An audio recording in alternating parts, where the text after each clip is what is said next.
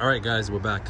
RX7 went under a few changes, as you can see. Obviously, new C-West bumper. We got some JP side skirts on as well. New wheels, and I just have to do some buttoning up on the suspension in the rear. And afterwards, we're gonna test fit new wheels, and I'll show you another project that we're gonna start doing to the RX7.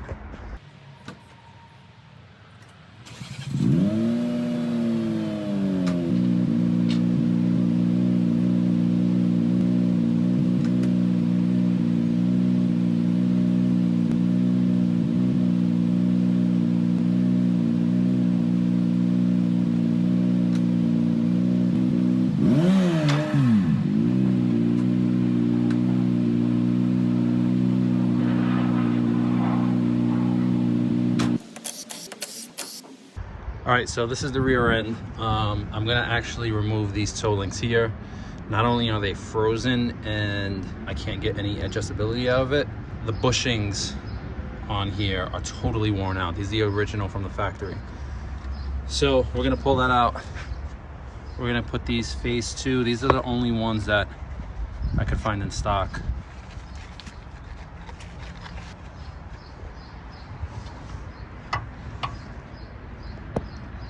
So these have brand new bushings. They'll also give us the adjustability needed. Anytime you camber in an axle, the top will push inwards, but if this toe link is kind of static and doesn't adjust at all, you're gonna have some toe out in this case. So these would definitely need to be adjusted. This is the OEM toe link. As we can see now, what we're gonna do is we'll take the new one, match it up as best as possible. See, it's a little extended. We'll match it up, put the back in, and then we'll extend it out. Inwards. So the wheel was sitting a little like this. I don't know if you guys can see it, but it's a little bit of a toe out, and we're gonna want to adjust the toe in to bring it straight. And so even though these are shortened all the way, if you can see I have no more clearance on both ends. If you take a look, maxed out, this is barely shorter than this one. So I'm not very confident we have enough adjustability on these. So what I'm gonna do is I'm gonna take this center piece over to the lathe. I'll take a little bit of material off on both sides, and then we'll throw them in and see if we get the proper adjustment.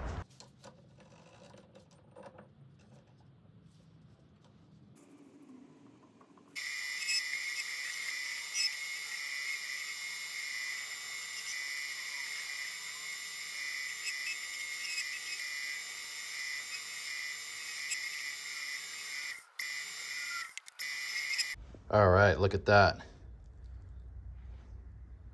Perfect. I'm hoping these threads aren't fucked up, because then I'm screwed. I know one side is reverse thread, but I guess normally I would use like a angle grinder with a cutoff wheel, but every chance I get to use a lathe, I take the opportunity to. So very happy with these, how these turned out. Now I gotta do these and shorten them. So we'll get started on that.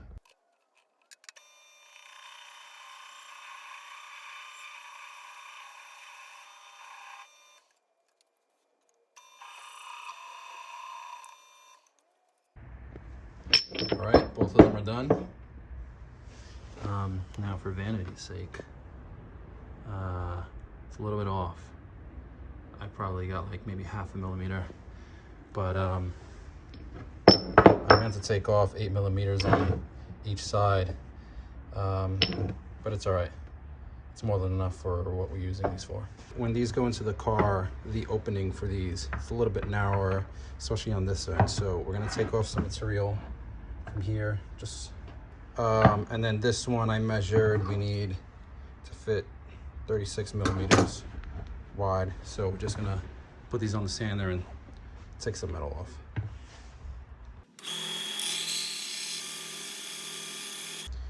So I actually noticed that these actually come out. So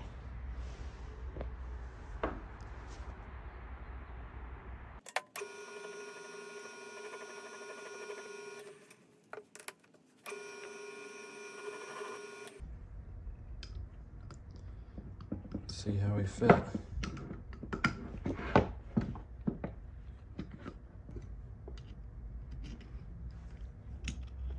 Perfect. Perfect fit. All right. Okay, so that's it. New toe links are in, adjusted as best as I can by eye. So again, these are the phase 2 toe links. I also have BC coilovers and powered by Max upper control arms in the rear. These locking nuts were actually in front over here, but to get a little bit more camber, what I did was I took them off and switched them to the back, tightened them down so we don't have any play. And that's it for the rear end.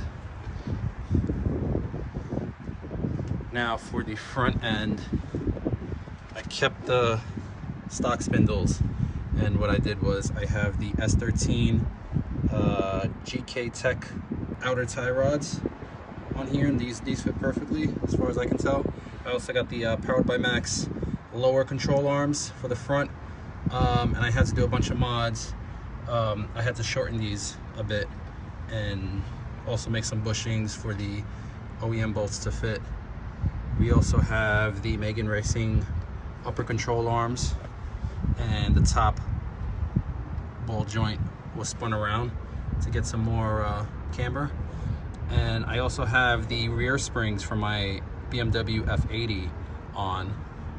What I did was I relocated the bottom as far as I can go inwards, and also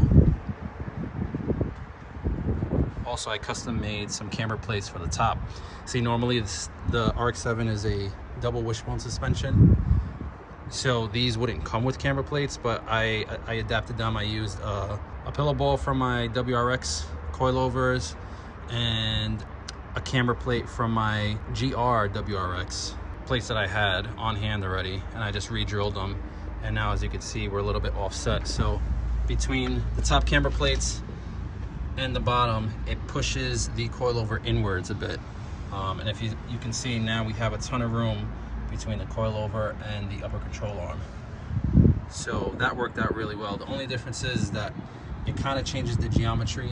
So now I'm running these rear BMW springs, which is 20K, rather than like the 8K or 10K that you would normally run in the front of RX7.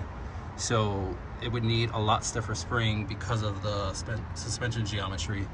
So yeah, it's just like a Frankenstein setup, a whole bunch of different parts to kind of get this to where I want it to sit. And now what we'll do is test fit the new wheels. Let's go open those up. Okay, so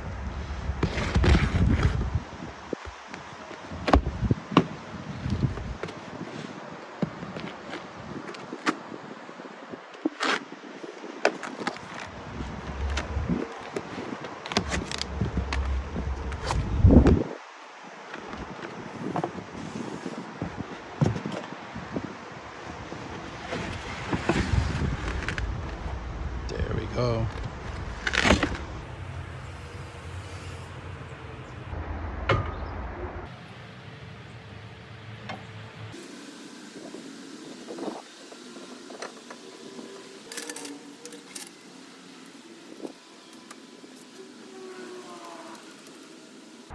All right, so new wheels are finally on. They're a little bit aggressive, but we gotta get the tires. All right, and so sneak peek of what's to come. BMW DCT transmission along with the adapter to mount it up to the 13B on the RX7. I'm pretty excited for this.